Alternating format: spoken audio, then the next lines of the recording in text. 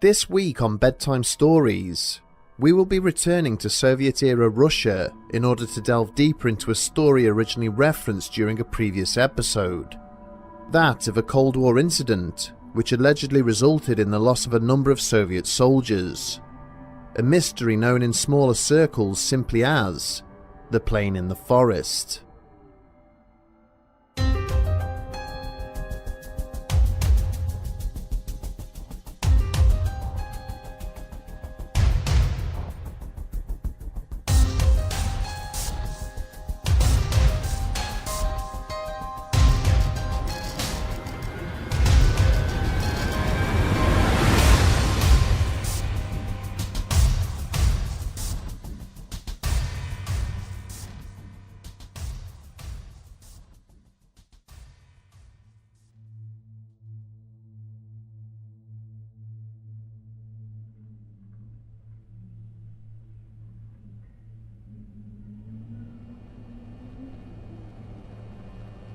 As the transport laboured its way through the cloudy skies, the young lieutenant surveyed the features of the men seated around him in the cramped cabin of the aircraft. For all their training and varied experience from previous missions, here and there he could still detect faint traces of apprehension. Given the circumstances surrounding the orders they had been given that morning by the base commander, this was perhaps unsurprising. Several days prior, a reconnaissance flight passing the Putarana Plateau had reported sighting a lone plane, sitting on the ground in the middle of a wooded area. Upon their return to base, the flight's pilots had duly filed their report, which in due course had been matched to an internal bulletin relating to a missing military aircraft. The lieutenant and his team had been ordered to conduct a search of the area, which was situated not far from the slopes of Mount Carmel.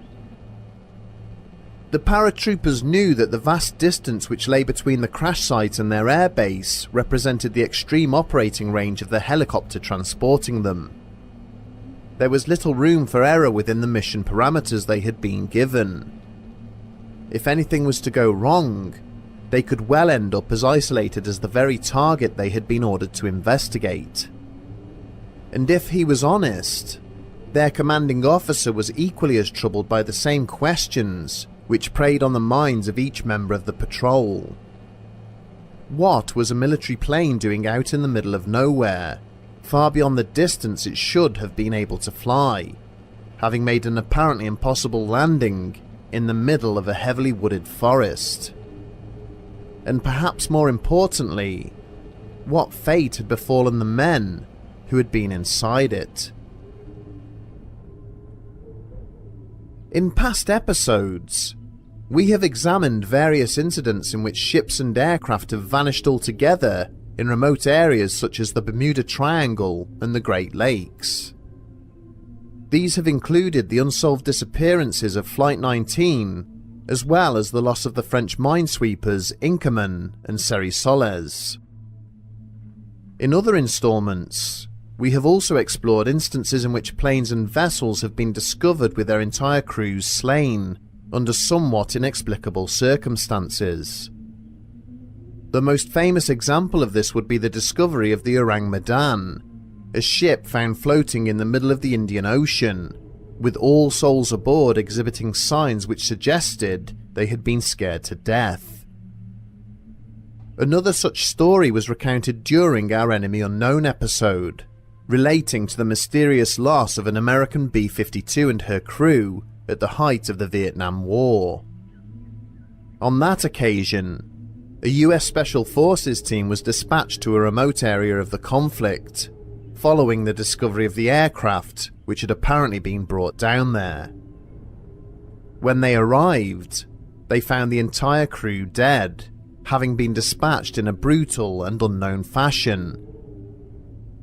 More perplexing was the fact that the gigantic plane was sitting perfectly upright, in between the tightly packed trees of a forest, with no explanation as to how it came to rest there. There was no damage to its fuselage or landing gear, or any of the trees which were still standing around it. It was as though the huge plane had been vertically lowered to the ground by an unknown force. During our retelling of this mystery, we went on to draw parallels with a similar report alleged to have taken place in Russia during the Cold War, in which a transport plane had been located in mysterious circumstances. We had nothing much to go on with regards to the details, but in the aftermath of that episode, we were later contacted by a subscriber from Russia, who stated that they had heard about the incident in question when they were younger. They explained that it's a popular story amongst members of their armed forces, having been passed down between those who served in the Siberian region and their wider families. We have since received emails from another subscriber who now resides in the United States, but whose family was originally from Russia, confirming the details of the tale. It's a mystery which remains unanswered to this day, having played out in one of the most remote and inhospitable corners of the Soviet Union. The story goes that during the summer of 1961, a paratroop officer based at Valak Airfield was unexpectedly summoned to see the base commander. He was given orders to select a team of his men who would then be flown out to a far-flung region of the Siberian landscape on a search and rescue mission. Whilst en route to the location, as he had briefed his squad, the young officer had been perplexed at how any aircraft could have ended up in such an isolated area, well away from established flight paths. Several hours later, he and his team had been deposited on open ground, adjacent to an area of dense woodland, their pilots informing them that this was as close to their destination as they could safely land. It would take a further hour of meandering between varying densities of sprawling pines and spruces before they would finally reach their objective. There had been no small degree of commotion as the lead paratrooper had nearly collided with the metal fuselage, which seemed to have materialized out of nowhere. As his men instinctively formed a perimeter around the small transport aircraft, the lieutenant was far from oblivious to the quizzical expressions they were now exhibiting. The plane before them was an Antonov A-2, a small prop-driven transport which was capable of carrying up to 12 passengers. It was painted in military colours and was sat upright on the forest floor, perfectly intact as though patiently waiting to commence the return journey back to its base. There were no signs of impact damage to its fixed landing gear or propeller, with the trees and ground around it perfectly undisturbed, seeming to negate the possibility of a crash landing. Motioning for one of the NCOs to join him, the lieutenant moved tentatively towards the plane, struggling to come to terms with what they had discovered. At both the front and rear of the Antonov, there were dense bushes and thick tree trunks, obstacles which precluded the possibility of it landing where it was now sitting, or of it being taxied into the forest. Ducking under the wings and trying the external door, the pair discovered that it was locked. With the help of two other men, it would take several minutes for them to successfully force entry. Cautiously filtering into the main cabin, they found there was nobody aboard, and no signs that anything untoward had taken place. In the cockpit, the controls were set as if the plane was still in flight, as opposed to preparing to land. It was also discovered that none of the plane's electrical systems were working. The safety harnesses for both pilots were still securely fastened, despite the fact that their seats were now empty, and there was a half-full cup of coffee perched in one corner of the cockpit. Lying at the base of most of the seats in the main cabin were weapons, packs, and webbing, identical in nature to the ones that he and his fellow paratroopers were wearing. Conscious that the longer they remained there, the more his men would be affected by the mysterious and haunting nature of their discovery, the officer had ordered that all logbooks and papers be recovered. He then took several photographs of both the interior and exterior of the plane, before ordering his men to form up and commence the long walk back to their transport. Upon their return to Valak Airfield, once his report had been handed in, the lieutenant was ordered not to discuss the mission with anyone else, and to ensure that his men were given the same orders. But given the nature of military culture, the story would inevitably find its way out into the wider Soviet forces, prompting difficult questions, for which there were no easy answers. It is rumoured that during their return flight back to base, the paratroopers took the liberty of reading the papers they had recovered from the Antonov prior to handing them in to their superiors. The copy of the flight manifest recovered from the cockpit revealed that the transport had set off from Vorkuta Sovietsky Air Base several months prior for a short run into a neighbouring airfield. Upon reading this, the soldiers had become increasingly unnerved. The base in question was used for the deployment of tactical bombers, situated just outside the city of Vorkuta. And yet, the missing transport plane had been found over 12,000 kilometers from both its takeoff point and official destination. Not only was this well outside of its maximum operating range, meaning that it would not be able to survive any return journey due to a lack of fuel, but it was also situated nowhere near any other Soviet military facility. In simple terms, the plane should not have been able to get as far as it had, and would have stood no hope of being able to land anywhere safely. In addition to this, the document made no reference to the flight having contained any passengers, raising awkward questions as to why equipment and weaponry typical of a paratrooper detachment had been found aboard it.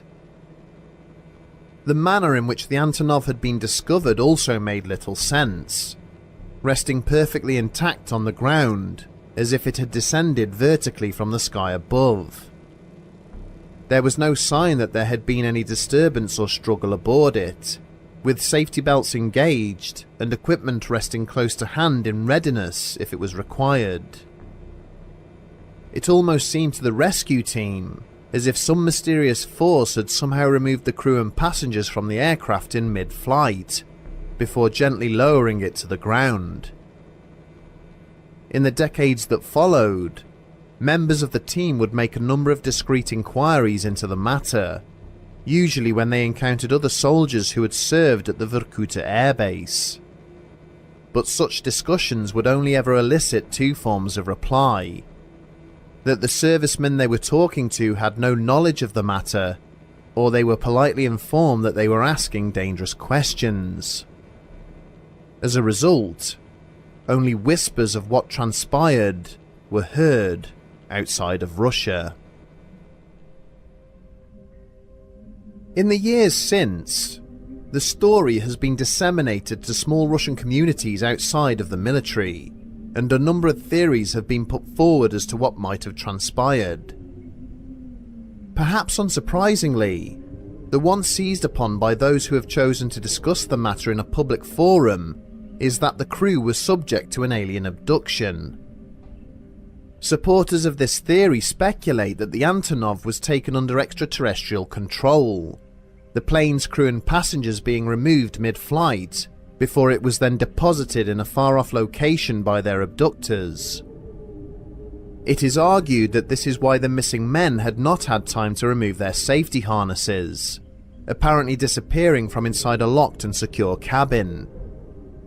It also might explain how the incident had clearly occurred whilst the aircraft was in mid-flight, but was then safely lowered to the ground amidst a packed forest, sustaining no apparent damage.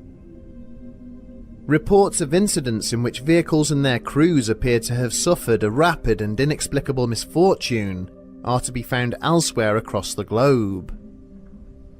In 1917, the three-masted schooner Zabrina was discovered adrift off the coast of France. Her hull was still packed full of the valuable coal she had been tasked to deliver, but there wasn't a soul aboard. The galley table had been laid out ready for breakfast, and the ship's logbook and papers were lying open on the captain's desk. But of her 23-man crew, there was no sign.